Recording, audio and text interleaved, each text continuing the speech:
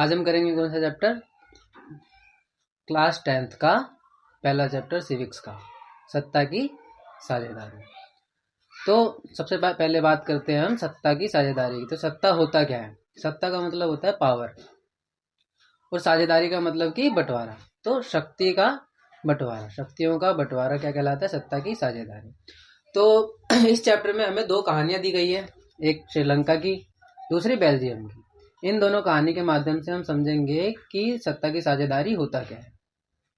ठीक है, तो सबसे पहले हम कहानी चालू करते हैं बेल्जियम की। तो बेल्जियम एक देश है जिसकी आबादी अपना जो हरियाणा है स्टेट, उसकी आधी आबादी। ठीक है, तो हुआ क्या, यहाँ पे भाषाई विविधता है। भाषाई विविधता किस तरह की कि यहाँ पे अलग अलग भाषा बोलने वाले लोग रहते हैं। जैसे कि फ्रेंच बोलने वाले 40% रहते हैं, डच बोलने वाले 59% रहते हैं, और जर्मन भाषा बोलने वाले 1% रहते हैं। तो इन भाषाई विविधताओं के कारण वहाँ पे क्या होते हैं? मतभेद होते हैं, लोगों के बीच मतभेद होते हैं। तो इन सब मतभेदों के कारण वहाँ पे बहुत ही ज़्यादा तनाव होता है, जिससे कि वहाँ की जो सरकार है 1970 से लेकर 1993 तक वहाँ पे 4 बार संविधान के अंदर संशोधन करती है। और इस मतभेद का सामना करने के लिए वो क्या करती है? शक्तियों को बांट देती है।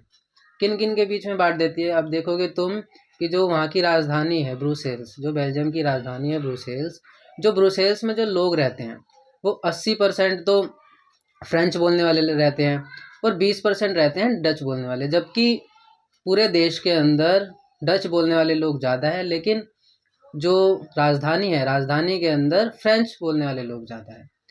तो मतभेद होता है। तो वहाँ की सरकार ने क्या किया कि मतभेद ना हो, इसलिए शक्तियों का बंटवारा किया समान प्रतिनिधित्व देकर।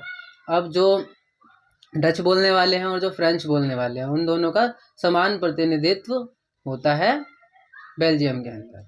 वहीं हम दूसरी तरफ देखेंगे श्रीलंका को। तो श्रीलंका भी एक देश है जो कि भारत से सटा हुआ एक द्वीप है, द्वीप बोल सकते हैं, जो कि 1948 में आज़ाद हुआ था। इसकी आबादी भी कितनी? हमारे हरियाणा जितनी ही है।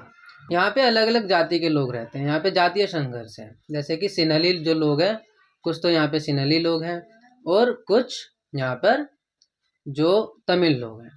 जो सिन्हली लोग हैं वो 74% है और 18% यहाँ पर कौन है? तमिल लोग हैं। तो इन दोनों के बीच भी संघर्ष है। लेकिन क्या है कि यहाँ की जो सरकार है, यहाँ की सरकार सिन्हली लोगों को ज़्यादा प्रेफर करती है, क्योंकि ये बहुसंख्य है। जो पूर्वी पार्ट है इस देश का, श्रीलंका का, वहाँ पे ज़्यादातर लोग तमिल रहते हैं, लेकिन जो बाकी सारा हिस्सा है वहाँ पे कौन रहते हैं? सिन्हली लोग। तो 1956 में जब ये कानून लेके आए तो इन्होंने बात की, 1956 में ही इन्होंने जो सिन्हली भाषा है उसको राष्ट्रभाषा बना दिया। उसके बाद क्या किया कि जो वहाँ के सिन्हली लोग हैं, सिन्हली लोगों को विश्वविद्यालयों में और नौकरियों में क्या देने लग गया? प्राथमिकता देने लग गए।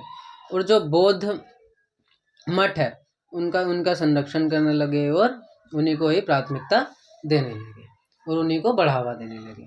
तो इन दोनों कहानियों से हमें पता लगता है कि जो एक देश है बेल्जियम और एक श्रीलंका, श्रीलंका में इन सब मतभेदों के कारण वहाँ पे गृह युद्ध होते रहते हैं और आज भी ये चलता आ रहा है, क्योंकि आज भी वहाँ पे बहुसंख्यक ही अल्पसंख्यक पर दबाव बना के रहते हैं। लेकिन ऐसा बेल्जियम में क्या हुआ कि बेल्जियम में उन्होंने सत्ता का हस्तांतरण कर दिया। दोनों, जो भी डच बोलने वाले थे और जो भी फ्रेंच बोलने वाले थे, दोनों को प्रतिनिधित्व, समान प्रतिनिधित्व देकर। फिर आते हैं हम आगे कि सत्ता की साझेदारी के रूप क्या क्या हैं। तो सत्ता की साझेदारी जो है, इसके अंदर सबसे पहला तो हम क्षैतिज वितरण करते हैं, हॉरिजॉन्टल डिस्ट्रीब्यूशन ऑफ पावर। इसके अंदर क्या होता है कि जो सत्ता है, सत्ता जो है सरकार के विभिन्न अंगों के बीच डिवाइड कर दिया जाता है। जैसे कि विधायिका, कार्यपालिका और न्यायपालिका। विधायिका को पावर क्या दिया गया कि कानून बनाओ। तो विधायिका का काम है, विधायिका को काम दे दिया कि अब से वो जो विधायिका है कानून बनाएगी, और जो कार्यपालिका है वो कानून को लागू करवाएगी और उसकी देखरेख करेगी कानून की। और जो न्यायपालिका है, न्यायपालिका का काम है कि जो कानून विधायिका ने बनाया है उसकी संवैधानिकता चेक करेगी और लोगों को न्याय देगी। इसका दूसरा रूप है सत्ता की साझेदारी का दूसरा रूप है कि वर्टिकल डिस्ट्रीब्यूशन ऑफ पावर, सत्ता का ऊर्ध्वाधर वितरण। इसके अंदर क्या होता है कि जो सरकार है, इसके अंदर जो शक्ति है, शक्ति सरकार के विभिन्न स्तरों के बीच में बांटी जाती है, जैसे कि केंद्रीय सरकार, राज्य सरकार और स्थानीय सरकार। इसकी बात हम अगले चैप्टर में करेंगे संघवाद में। अभी तुम्हें बस इतना समझने की जरूरत है कि जो सत्ता है, सत्ता को बांटा जा रहा है। पहले हमने बांट दिया सरकार के अंगों के बीच, फिर हमने बांट दिया सरकार के स्तरों के बीच। दोनों ही अलग अलग है। काम भी मैंने बता दिया कि सरकार के जो अंग है उनका काम क्या है। अब बात आती है शक्ति संतुलन की। सत्ता में साझेदारी का जो क्षैतिज वितरण है, उसके अंदर शक्ति संतुलन होना बहुत ज़्यादा जरूरी है, क्योंकि कभी कभी ऐसा होता है कि एक अंग अपना जो पावर है उसका मिसयूज भी कर सकती है।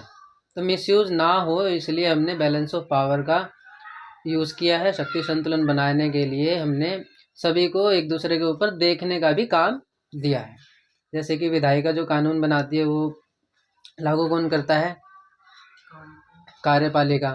फिर उसके बाद क्या होता है कि जो न्यायपालिका है, न्यायपालिका जो विधायिका ने कानून बनाया उसकी संवैधानिकता चेक करती है। जो कार्यपालिका का हेड होता है वो राष्ट्रपति होता है, लेकिन जो राष्ट्रपति होता है वो गवर्नमेंट का क्या हेड है? विधायिका कैसे बनती है? एक तो लोकसभा प्लस राज्यसभा प्लस राष्ट्रपति। तो राष्ट्रपति कहाँ का हेड है? कार्यपालिका का। तो इस तरीके से हमने क्या कर रखा है, जो शक्ति संतुलन बनाए रखी है। फिर आता है सत्ता का बंटवारा हम कैसे विभिन्न सामाजिक समूहों में करते हैं, जैसे कि हमने देखा बेल्जियम में किया। ठीक है। फिर इसके बाद ये चैप्टर यहीं पे ख़त्म होता है। इसके बाद जो भी अगला टॉपिक है वो अगले चैप्टर में हम देखेंगे संघवाद के अंदर।